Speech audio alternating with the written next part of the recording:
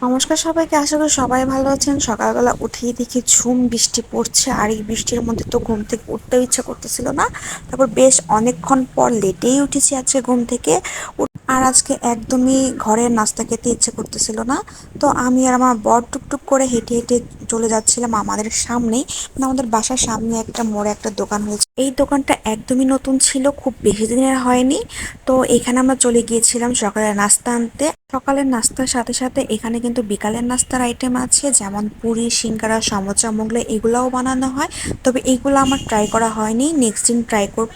আর যারা মানিকগঞ্জ আছেন তারা কিন্তু অবশ্যই এখানে আসবেন। এটা হচ্ছে নতুন পানির ট্যাঙ্কির সামনে, ঠিক অপোজিট সাইডে দোকানটা।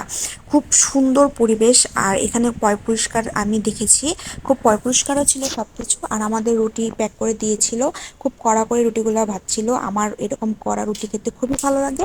আর বাসায় এসে আমি আমার বর একসাথে নাস্তা খেতে বসেছি, আর আমরা বাসায় একটা ডিম ভেজেও নিয়েছিলাম। আর এই রুটিটা কিন্তু খুবই সফট ছিল। আমি অনেক জায়গায় নাস্তা খেয়েছি, তবে রুটিগুলো একটু ওখানে শক্ত শক্ত থাকতো, তবে এইটা এই ভাবটা এখানে নেই। আর এখানে যে ডালটা ছিল, ডাল আর আলু ভাজি এই দুটো একসাথে মিক্সড করা ছিল। এই ডালটা একদম থিকনেসটা খুবই ঘন ছিল। আমি অন্য সব দোকানে যে নাস্তা খেয়েছি এরকম থিকনেস কিন্তু একদমই ছিল না। তো ওভারঅল নাস্তাটা খুবই ভালো লেগেছে। আজকের ভিডিওটি এই পর্যন্তই। ভালো লাগলে আমার পেজে লাইক ফলো করবেন। ধন্যবাদ সবাইকে।